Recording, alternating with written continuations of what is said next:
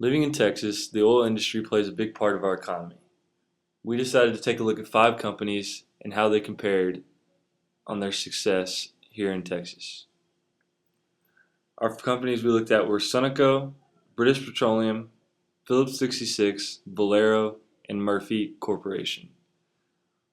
This is what we took from those companies: their management and stockholder analysis, the overview of financial ratios, the risk and return, measuring their return on investment, the capital structure, and their dividend policies.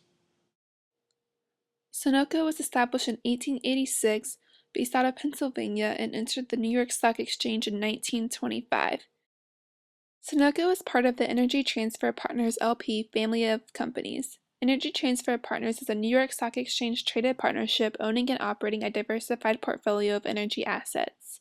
Sunoco's retail business markets its brand of gasoline through approximately 4,900 retail outlets in 23 states, stretching from Maine to Florida and then west to Indiana, and it operates nearly 400 convenience stores. As of Sunoco's recently $5.3 billion merger with Energy Transfer Partners, we were no longer able to find any of its original financial statements, and it was no longer listed on the New York Stock Exchange, so we just focused on the other companies.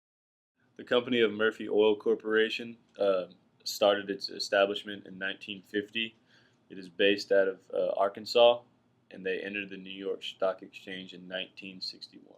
Murphy Oil Corporation is an international oil and gas company that conducts business through various operations and subsidiaries. The company produces oil and natural gas to the United States, Canada, the United Kingdom, Malaysia, and the Republic of the Congo, and conducts exploration activities worldwide. The company owns marketing operations in the United States and the United Kingdom, including a refinery in Milford Haven, Wales.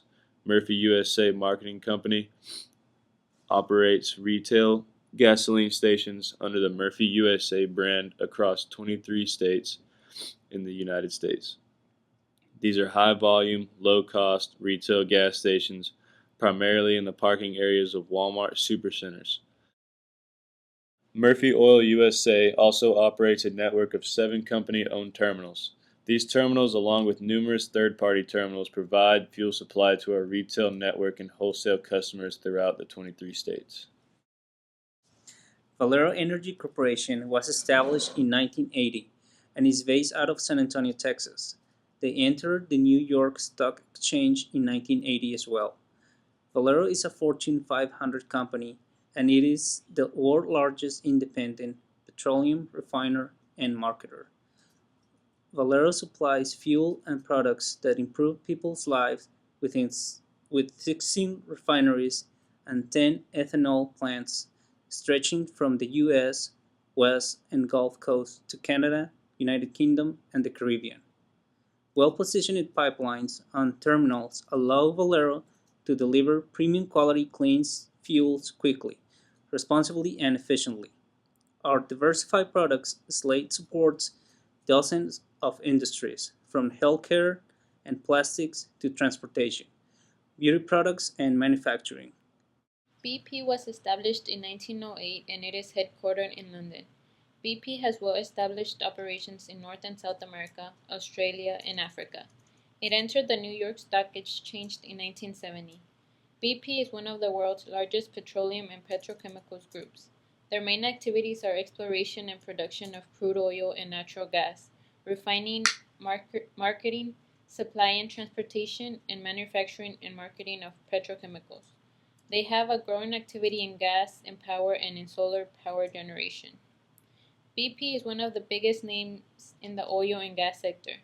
Over the past 3 years, BP revenues have increased considerably. However, the costs for the company have also been increasing. Over the past 2 years, the company has suffered deeply due to the BP oil disaster. However, BP has raised $35 billion, including $11 billion in the third quarter, by selling assets to meet the obligations of the oil spill. Phillips 66 was established in 1927 and is based out of Iowa. They entered the New York Stock Exchange in 2012. They were originally a part of ConocoPhillips, but the board of directors decided to separate the company's refining and marketing and exploration and production businesses into two standalone publicly traded corporations, creating Phillips 66. They have 15 refineries, 10,000 branded marketing outlets, and 15,000 miles of pipelines. They also focus on safety and health within the operations and out in the community. They were awarded at several sites with the OSHA Voluntary Protection Program certification. Along with safety and health, Phillips 66 is also focusing on environmental obligations. They recently set a world record in power conversion efficiency and are still working on developing that more for the future. The company's business strategies focus on enhancing returns on capital, delivering profitable growth, grow shareholder distributions, and building a high-performing organization. The relationship between stockholders and management is called an agency relationship. Such a relationship exists whenever someone called principal hires an agent to represent his or her interests. Corporate managers and shareholders can sometimes find themselves in a conflict of interest. The goal of being a good manager is being able to spot these potential conflicts and to remedy the situation before a serious problem arises. The biggest conflict between managers and shareholders is going to be money. Managers will argue that without the leadership and managerial ability, the corporation would not have been as profitable.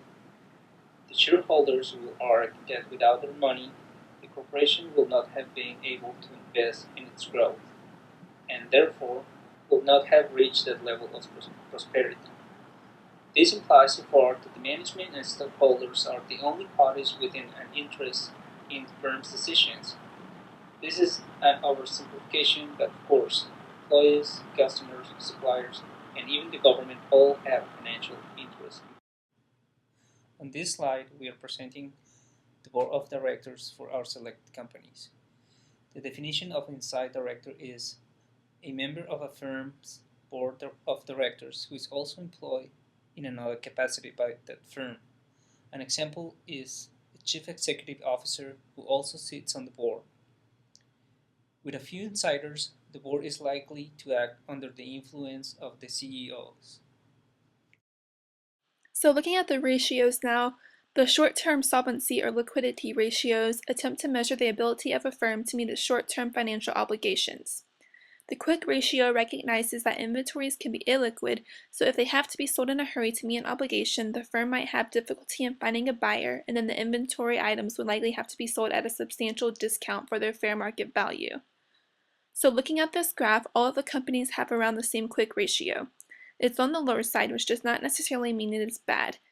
It's not always possible and can be more difficult for an oil and gas company to turn around cash quickly, so having the lower ratio is fine. Next, we analyze the long-term ratios. The debt ratio measures the company's total debt to its total assets. A low debt ratio indicates conservative financing and no significant risk. Murphy, Phillips 66, and Valero have low debt ratios and debt-to-equity ratios. However, compared to the others, BP had a higher ratio, which means it would be more risky for a bank to extend a loan to or to allow them to borrow money in the future. Looking at this graph at the receivables turnover, BP has the lowest. This could imply that the company may need to reassess its credit policies in order to ensure the timely collection of imparted credit, that it is not earning interest for the firm. The other companies' ratios are about the same, which means that their collection of accounts receivables are very efficient.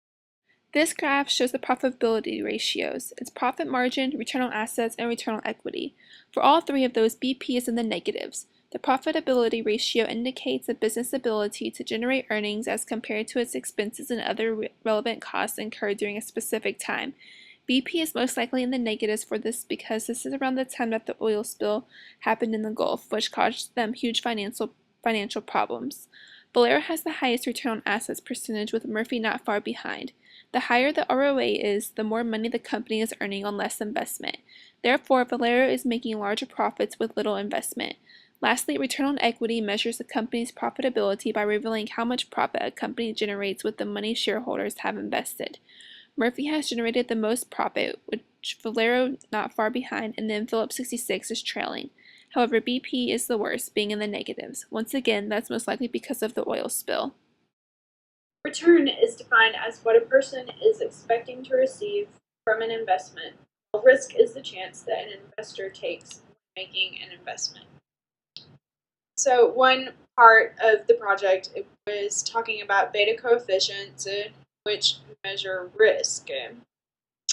And the beta coefficient is the amount of systematic risk present in a particularly risky asset relative to that in an average risk asset. So for our companies, Valero's beta coefficient was 1.71, BP 1.32, Phillips 66 1.53, and Murphy Oil 1.25.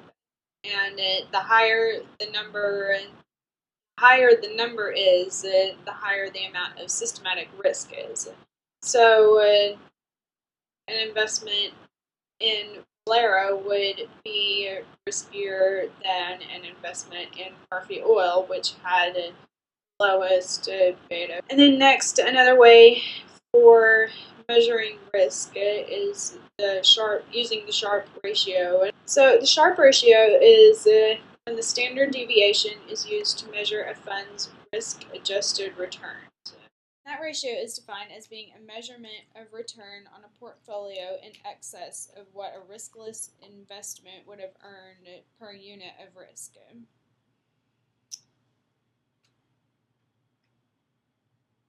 And this ratio uses the systematic risk from a portfolio, which is also known as the beta. And the ratios here for our companies were Valero 4.78, BP 0.22, Phillips 66.005, and Murphy Oil 4.19.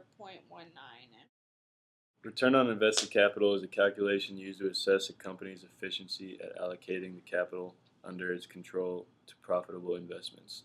The return on invested capital measure gives a sense of how well a company is using its money to generate returns. When we look at this compared to the return on assets, which is all the properties and the objects of value the company owns, this is good to look at when we're looking at the company's investments, because the more that the company has a return on invested capital, the more cash flow that the company has. Also, when we look at it compared to return on equity, which measures a company's profitability by revealing how much a profit a company generates with money and the shareholders have invested. So basically, the return on invested capital, when we look at it compared to the return on equity, is basically the stockholders that have invested in the company and how well they're generating cash flow by that. Working capital. A positive working capital means that the company is able to pay off its short-term liabilities. Contrary to that, a negative working capital means that the company is currently unable to meet its short-term liabilities with its current assets, which are cash, accounts receivable, and inventory. And as we look at the working capital for the companies of Valero, BP, Murphy Oil, and Phillips, we see that 3 out of the 4 of them are in the negatives right now, and Phillips is the only one that has a positive working capital. Basically, that means that they're paying off their short-term liabilities and they don't have any short-term debt to their stockholders and such, which looks good for the company, because if they're able to pay off their short-term liabilities, with that would mean that the stockholders who invest in the company and fund new projects have a willingness to undertake those projects and be able to fund the companies with those invested projects. A return on investment is a performance measure used to evaluate the efficiency of investment, or to compare the efficiency of a number of different investments. To calculate this ROI, the benefit of an investment is divided by the cost of the investment. The result is expressed in a percentage or a ratio. So when we calculate the ROI, the benefit of the investment is divided by the cost of the investment. So basically, hopefully, the company would have a positive ROI, or else they'd be in deep trouble. So as we see here, most of all the companies that we have, Valero, BP, Murphy Oil, and Phillips, they all have very good return on investments so far this year, and basically they're all right above the industry average, or right around the industry average. So that's good for the investors and the company. because they're getting a lot of return on the investments that they make in such projects, like building new oil refineries and stuff like that. Here we're talking about a company's cash flow, which is basically a revenue or expense stream that changes a cash account over a given period of time. Cash inflows usually arise from one of the three activities of financing, operations, or investing, and the cash outflows result from expenses or investments. So basically the company would be investing in their projects and they're wanting to get money back from the financing operations that they have, basically so that the project can generate cash. And as we look at the graph, we see that BP is really one of the major players in using net cash for investing, as the other companies are right around the 5,000 mark, which is pretty average for the standard company. And then basically not a lot of them have a net cash provided by financing activities. All of our companies except for Phillips, which is above all the other ones, which have a relatively low number. And as we see net cash provided by operating activities, Valero, Murphy, and Phillips, they're right around the industry average, and BP really spiked in those two categories of net cash provided by operating activities and net cash used for investing. Capital structure is the proportion of debt and preference and equity shares on a firm's balance sheet. When people refer to capital structure, they are most likely referring to a firm's debt-to-equity ratio, which is the total debt divided by total shareholders' equity. The ratio provides insight into how risky a company is. Usually, a company more heavily financed by debt possesses greater risk, as this firm is relatively highly levered. This is a graph of Murphy's Oil capital structure. Murphy's Oil this year has a debt of 11%, which we can see as the blue color in the graph. It has no preferred stock and has equity of 89%, which is the color orange. In 2011, debt was 13%, no preferred stock, and 87% was equity. In 2009, debt was 17.6%, no preferred stock, and 82.4% was equity. Murphy's Oil capital structure has been improving every year since 2009. This is a graph of Valero's capital structure. Valero this year has debt of 22.2%, no preferred stock, and equity of 72.8%. In 2011, debt of 28.9%, no preferred stock, and equity of 71.1%. In 2009, it had a debt of 31.1%, no preferred stock, and equity of 68.9%. Valero's capital structure has been improving also. Less debt, more equity, which makes it less risky than it was in 2009. This is a graph of BP's capital structure. BP's capital structure is shown by the debt-to-equity ratio from December 2007 to December 2011. BP's debt-to-equity ratio went down from 2009 to 2010, but then improved from 2010 to 2011, not reaching 2009 level. In 2011, it had a debt-to-equity ratio of 0.40. In 2010, a ratio of 0.48. 2009, 0.34. 2008, 0.36. And 2007, 0.33. Capital structure. This graph shows the different ratios that make up Phillips 66 capital structure. The first one is the total debt to total equity with the ratio of 46.22. The second one is the total debt to total capital with the ratio of 31.61. The third one is the total debt to total assets with the ratio of 17.84. The fourth one is the long-term debt to equity with the ratio of 41.45. The last one is the term debt to total capital with the ratio of 28.35. This is a comparison of the capital structure of the four companies. A high debt to equity ratio generally means that a company has been aggressive in financing its growth with debt. If a lot of debt is used to finance increased operations, the company could potentially generate more earnings than it would have without this outside financing.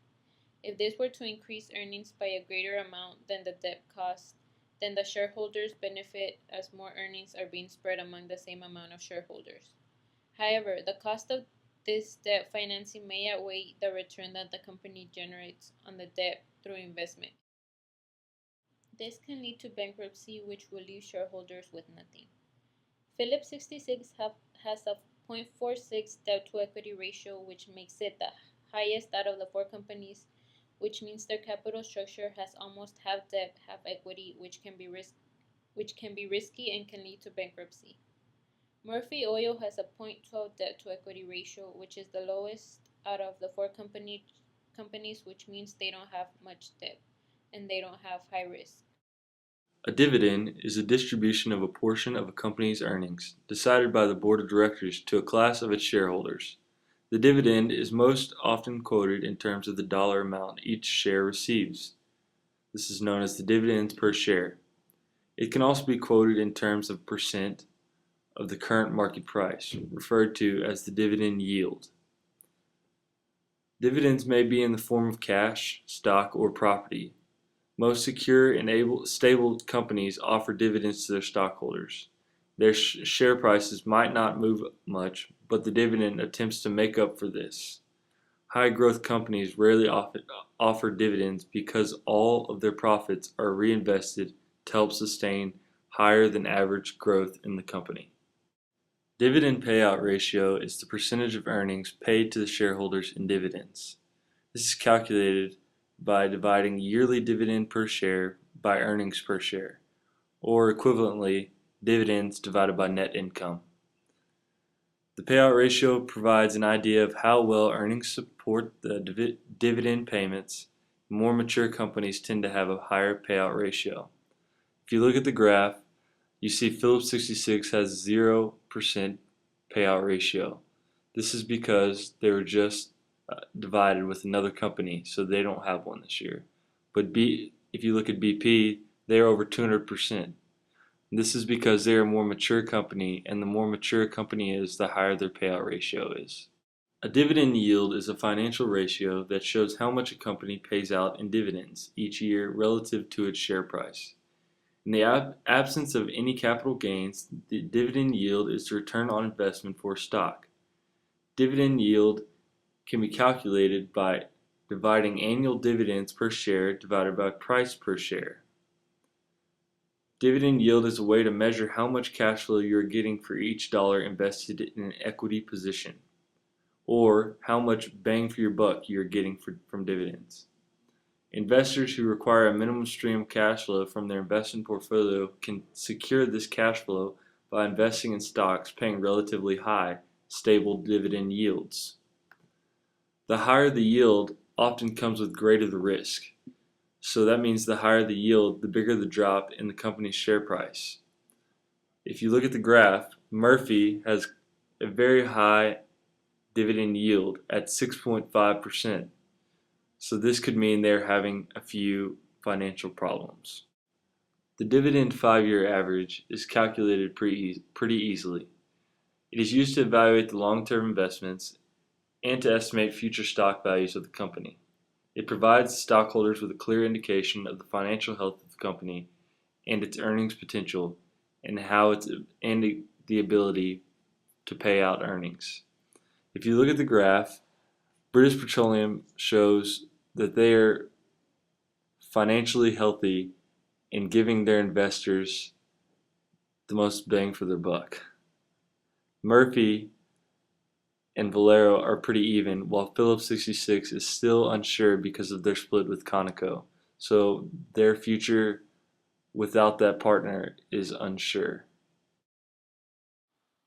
In conclusion, we have analyzed the management and stockholder information, financial ratios, risk and return on investment, capital structure, and dividends for all four companies in the oil and gas refining and marketing industry. We have discussed what each of these mean while also comparing all of the companies together.